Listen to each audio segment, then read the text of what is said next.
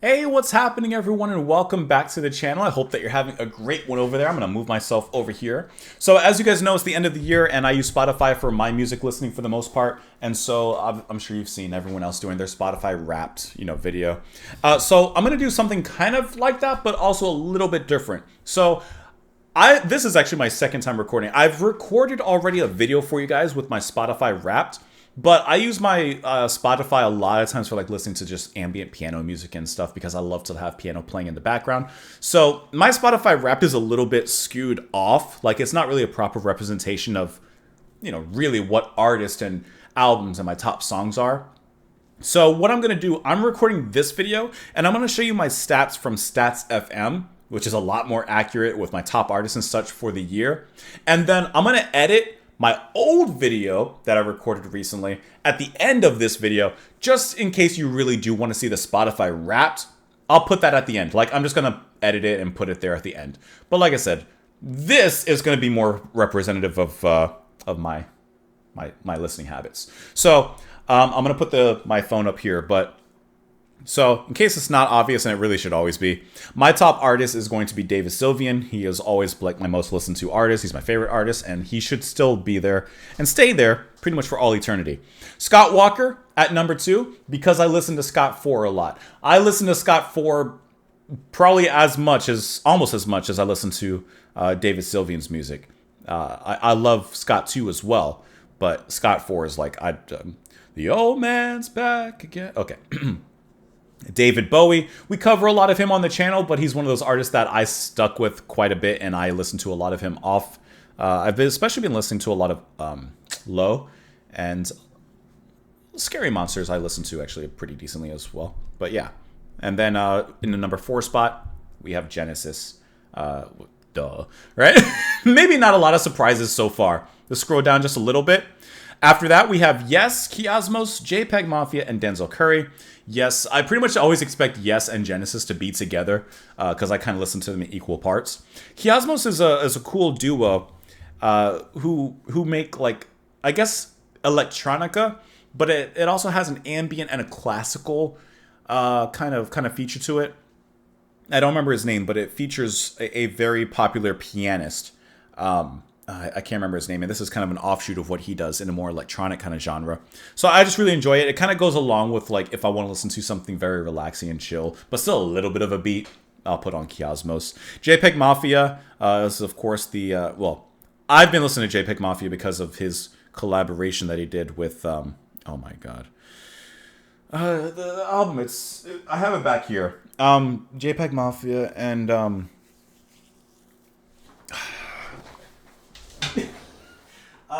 and Danny Brown. This album. Because I listen to that album quite a bit, and I love the songs on there. So I've been listening to that a lot, so that's why JPEG Mafia shows up. And then Denzel Curry. I'm actually surprised that he's on there because I don't listen to a ton of him. There are a few songs that I listen to him, and I know he released an album this year, but I actually don't listen to a ton of him. So I'm quite curious how that snuck on there. I love walking. Going below that, so my next ones. Harold Budd, kind of fitting into the ambient music that I listen to. I listen to a lot of Harold Budd, especially The Pearl. I love that. Chromacopia was the new release from Tyler, the Creator, who is my favorite rapper. And I've been listening, of course, to Chromacopia because I really want to explore it. And I enjoy it how it's kind of a summation of all of his previous work. It feels like a I don't want to say a victory lap of sorts, but a victory lap of sorts. Massive Attack. Oh man, always listen to Massive Attack, Mezzanine. I actually listened to Ritual Spirit, their EP from 6 years ago now. I actually listened to that quite a bit. Just an incredible band. Laura Rivers. Always listen to what's her album? Salt Breakers. That's my favorite album from Laura Rivers. She's a folk artist, but like I love that album because it includes a full band, and it's just like it's always remained one of my favorite albums. And then my next one, I'm just going to go to 15, I guess 16 if I scroll down long enough. Soshi Takeda, another electronic artist who I would say, I don't really know exactly what genre to put him in. Something of like techno, but not quite. It's like more of a playful kind of charming sound. Steely Dan, what kind of introduction is needed for them? And the final two, Leprous and Deftones. Leprous, I've been listening to them quite a bit, actually, as of recent. An awesome, I guess, progressive progressive metal band. Even though they don't always do metal, a lot of the stuff is actually really melodic and quiet. But Deftones, oh yeah, they're always going to be one of my favorite bands. Let's go to my top albums for this year, really quick. Top one, of course, I just showed you of Danny Brown and JPEG Mafia was Scaring the Hose. Then Leprous with The Congregation. David Sylvian, Brilliant Trees. Even though my favorite album from David Sylvian is definitely going to be Secrets of the Beehive, I do listen to Brilliant Trees, and I listen to Dead Bees on the Cake quite a bit. Duke Ellington and John Coltrane is a classic. Joe Jackson with Body and Soul, because we discovered him this year, and that is just good stuff. And Matriarch, Veil of Maya, great deathcore band, but this album they kind of included a lot of clean vocals in there, and I really enjoyed that album a lot. Got David Sylvian again. There's your Dead Bees on a Cake. I'm sorry, I can't pronounce it. Esbjorn Svensson Trio, really really awesome jazz band that goes in a lot of different directions. Very quiet. Once again, a lot of melodic stuff here that I'd like to listen to. There's your Secrets of the Beehive from David Sylvian. Yukihiro Takahashi, who I think we listened to either this year or last year. I do listen to that album quite a bit. There's your Soshi Takeda with Floating Mountains. Nothing by Meshuggah. Interesting because I've never heard that album. It's just showing up because I do listen to a few songs from Meshuggah. Caravanserai from Santana, which we listen to on the channel. And The Cycle Repeats from Ka is going to be easily my favorite jazz album, I guess, or jazz fusion album of this year. Just absolutely incredible musicianship. It sounds fun, young, and energetic, and extremely talented. The synths in there are to die for, along with the drums. Romantic Warrior and Revocation as well. Then let's move on to my top tracks here. Give me one moment. I'm gonna run really quick. I'm coming right back. Hold on. Someone's at the door.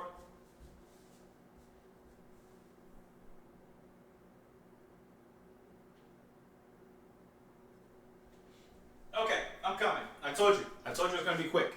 All right, so top tracks are going to be somewhat representative kind of as well as what the albums were. Lean Beef Patty from JPEG Mafia and Danny Brown again. The Price from Leprous, which is so good. I sing that one in the car a lot.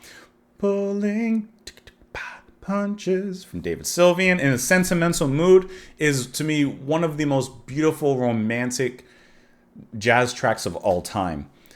Joe Jackson, you can't get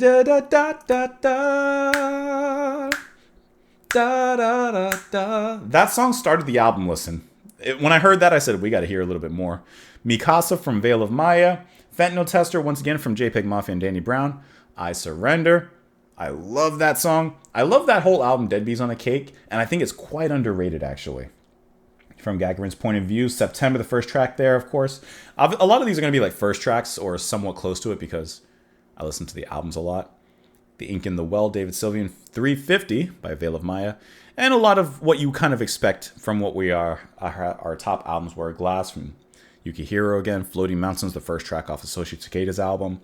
Rational Gaze, that's the song I listen to a lot from that album. And you even have a little drum and bass in here, which I discovered this year with Conversations from Mutt and Kevin King. And there's your other ones down here. White Hot from Loathe. Awesome band. Very Deftones inspired, but even heavier in many ways, actually. Just really good stuff here. And there's your... I'm just scrolling through now. There's some of your other ones there for you. So, yeah. Just wanted to give you a quick rundown of my top artists and stuff for this year. But now I'm going to go ahead and edit, put in the Spotify wrap so you can truly see that part if you're interested. And that's it, guys. Thank you so much. Hope you enjoyed it. And now you know what I'm listening to on my own. Bye. Ladies and gentlemen, welcome back to the channel. Hope you're having a lovely one out there. Today we are going to do my Spotify 2024 Wrapped, as we do here every year, which is just a total of all the music and stuff that I've listened to on Spotify, my top artists I've listened to, and stuff like that. This isn't necessarily my top, what my personal favorite albums, artists, or songs are of 2024, which I probably should do at some point. But this is what Spotify, at least from their analytics, tells me. So I have to edit it and do some weird stuff. So I'm going to put myself here so I can put my phone screen over here. Because I don't have the same setup as I used to. And I have to edit all this. So anyways, without further ado, let's go ahead and click on your 2024 Wrapped. Here we go. Now, I'm trying to time it with the camera. Okay. Let's turn the music off. I hear you. I hear you. Let's turn the music off. I just want to see the stats. Give me the stats. Hi, JP. It's that time of year again already. Let's do it. Don't take too long now. Life moves fast. Yes, it does. It do be moving fast. Luckily, we took notes. Thank you, because someone has to. And it won't be me. You listened to for 39,817 minutes this year. That puts you in the top 7% of listeners worldwide. I do use a lot of Spotify. Your biggest listening day was February 21st. What was happening there? Not quite sure. To be honest, I think my dad was in the hospital that day and I was playing music for him. You played 3,800 songs this year, and one song came up again and again. That will be Passage by Jope Beving. This is one of those piano songs that I have on my my piano playlist that I just love listening to. So I don't usually actively listen to it, but I do always have it on a playlist, in the background. Which I guarantee you a lot of the artists that pop up here are going to be from that piano playlist because I just love listening to that playlist all the time, day or night. While it's not a competition, there is a leaderboard as well. Your top songs. Okay, let's see what we got here. All of these, every single one is piano. All of those are piano. None of those, like I said, represent my like top songs of you've changed. And so as you're listening, let's look at your 2024 music evolution. December, November. Okay, it's going all the way back, huh? Okay, we're doing that. Like I said, I know this is probably not the most accurate representation of my actual listening habits. All right. January is your psychedelic jam band and progressive rock phase. Okay, you're into artists like Genesis, Yes, and King Crimson. That's probably true. That's probably true. Are we gonna go through every single month? Is this every single month? That's a lot. That's a lot to go through. Theatrical shred progressive metal season. I was listening to a lot of Leprous. I will give it that. I was listening to a lot of Leprous there. Are we really doing? Okay, we're skipping. Let's not do it exactly month by month. What do we got here? What do we got? April, atmospheric vocal liquid funk. Is that when I started listening to? Yeah, that's when I started listening to drum and bass a lot. Like, I discovered the genre, so I was really. That's true. Listening to 1,700 artists. Yeah, that's true. I was listening to a lot of drum and bass at that particular point. You are correct. I just discovered that. Once again, Ludovico Einaudi. This is another artist on the atmospheric piano playlist that I listen to a lot. Your listening streak was 3 days. That's nice. Top 1% fan. That's nice. I'm skipping. Who else got a lot of play this year? Give me the veggies. Big reveal. Just give me the veggies. Put it down. Tell me who it is. All piano music. Look at that. Not surprising. This is not representative. This isn't. I mean, yes, it is because that's what I listen to a lot. But just saying, it's not. It's not like true. Who we have company? Is it Three's Company? Oh, yeah, okay. A personal message from Ludovico himself. That's cool. That's nice. I'm skipping it. I just want to see the stat. I'm here for the veggies, guys. Thanks for coming along for the ride. Is that it? Not a very special, not a very insightful 2024 this time, but we'll take it as it is. And there's your ending there. So, like I said, it's not the most insightful, but I guess that does tell you in one respect that I listen to a lot of atmospheric piano music. I really do. I put it on when I shower, in the morning when I wake up, on the weekends. I always have it on in some capacity. So it's just nice and peaceful. Anyways, maybe I should give you guys my top 2024 albums. That'd be a little bit more insightful. Anyways, have a wonderful rest of your day. I will see you all later. Bye.